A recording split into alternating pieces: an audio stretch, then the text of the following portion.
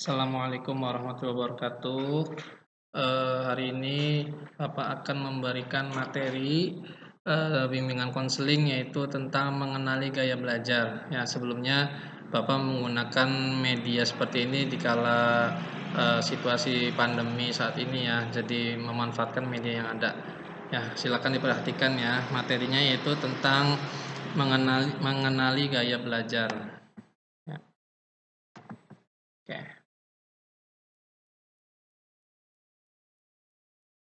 Mengenali gaya belajar. Nah, belajar itu apa sih? Nah, coba ada yang tahu nggak belajar itu apa, pengertian belajar? Ya, silakan dicatat sendiri ya nanti ya kalau ada yang penting silakan boleh dicatat. Ya, belajar adalah kegiatan untuk memperoleh suatu perubahan tingkah laku dengan memperoleh informasi baru melalui pengalaman. Ya, selanjutnya, nah, bagaimana sih kamu belajar itu? Ya, silakan diperhatikan lagi. Jadi, apakah kalian sudah mengetahui gitu, kalian tuh ketika belajar itu seperti apa gitu tuh ya. Oke. Nah, proses belajar itu artinya yang pertama menyerap informasi dan yang kedua mengatur dan mengolah informasi di otak. Ya, kemudian gaya belajar adalah cara menyerap, mengatur dan mengolah informasi yang kamu terima dari guru.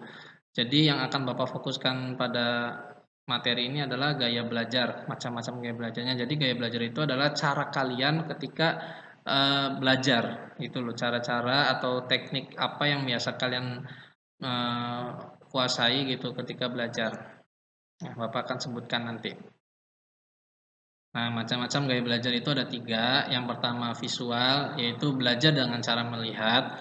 Kedua auditory, yaitu belajar dengan cara mendengar. Dan yang ketiga kinestetik, yaitu belajar dengan cara bergerak dan memegang atau praktek. Itu loh. Jadi macam-macam gaya belajar itu ada tiga ya, visual, auditory, dan kinestetik. Nah, Bapak punya games nih. Sekarang lakukan ini, sebutkan warna. Apa yang ada pada tulisan ini? Lakukan dengan cepat ya. Siap? Satu, dua, tiga. Sudah?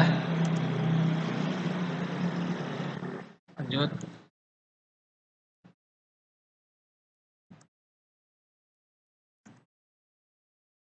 Ya. Oke. Jika kamu menjawab dengan benar tanpa kesulitan, berarti mungkin kamu pembelajar tipe visual. Ya, tadi yang benar jawabnya berapa yo ya. Oke, lanjut. Nah, ciri-ciri orang yang punya gaya belajar visual yaitu mengingat apa yang dilihat daripada yang didengar. Kemudian tidak pandai memilih kata-kata dalam berbicara, tidak terganggu dengan keributan, sulit mengingat instruksi atau perintah dalam bahasa lisan, membaca cepat dan tekun, lebih suka baca sendiri daripada dibacakan, rapi, teratur, dan teliti. Kemudian merencanakan segala hal dengan yang baik, ya, dengan baik. Nah, apakah di antara kalian ada ciri-ciri seperti ini? Berarti kalian ada termasuk orang yang memiliki gaya belajarnya visual. Lanjut. Nah, sekarang lakukan kegiatan ini. Bapak punya games lagi. Jumlahkan deret angka dari atas ke bawah sambil kalian yang pertama mendengarkan musik rock atau musik yang keras gitu ya, musik yang gitulah, yang nadanya tinggi atau keras gitu musiknya. Kemudian mendengarkan musik slow seperti pop gitu atau akustik. Kemudian tidak menggunakan apa tanpa ada musik atau tidak mendengar musik. Ya, jadi Bapak akan memberikan soal deret angka, silakan kalian jumlahkan nanti. Kemudian sambil dengan mendengarkan musik rock atau musik slow atau tanpa musik gitu. Siap ya? Nah, siap. Oke, nah sekarang silakan boleh di-pause dulu kalau ini ya dijumlahkan kemudian sambil kalian menyiapkan lagunya. Ketika mengerjakan deret angka dari atas ke bawah itu coba kalian siapkan musiknya gitu ya.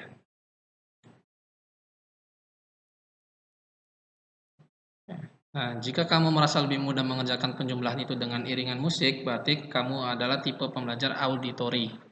Tuh, paham sampai sini ya? Oke. Nah, ciri orang yang punya gaya belajar auditori itu suka bicara kepada diri sendiri waktu belajar, kemudian mudah terganggu oleh keributan waktu belajar, kemudian mempunyai kesulitan menulis yang banyak tetapi hebat dalam bercerita, kemudian dapat mengingat dengan baik apa yang dipelajari dari diskusi daripada yang dilihat, kemudian suka menjelaskan dengan panjang lebar. Ya, itu adalah ciri-ciri orang atau gaya belajar auditori. Apakah di antara kalian ada ciri-ciri seperti ini? Berarti kalian ada termasuk gaya belajar auditori. Lanjut ya. Sekarang ciri orang yang mempunyai gaya belajar kinestetik. Itu bicaranya pelan, kemudian banyak bergerak, sulit duduk diam ketika belajar, ya. Kemudian menghafal dengan berjalan bolak-balik. Jadi kalau ngafalin itu nggak diem duduk di kursi gitu, tapi bolak-balik mondar-mandir gitu ya. Kemudian ketika bicara banyak menggunakan isyarat tubuh, kemudian menggunakan jari sebagai penunjuk ketika sedang membaca gini tuh, gini nih. Nah, itu. Nah, cara belajar jika kamu tipe visual belajar dengan gambar, diagram, atau peta. Kemudian membuat coretan, simbol, tanda-tanda penting.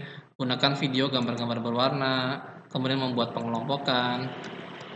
Ya, itu adalah cara ketika kamu tipe belajarnya visual. Kemudian cara belajar jika kamu tipe auditori membaca dengan suara. Ya, jadi membaca itu ada ngomongnya gitu ya.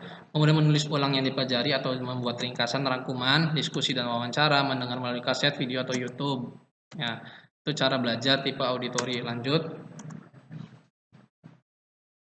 Nah, cara belajar jika kamu tipe kinestetik melakukan praktek, mengamati demo atau contoh drama, permainan, aktivitas lapangan. Ini seperti kalau praktek olahraga tuh ya. Jadi kalian tuh senang kalau praktek olahraga itu berarti kamu tipe kinestetik.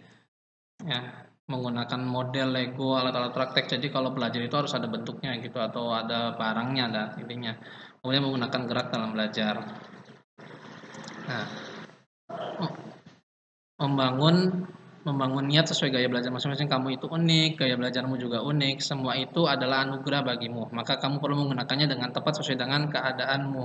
Ya, jadi kalian harus bisa memanfaatkan apa yang ada dalam diri kalian.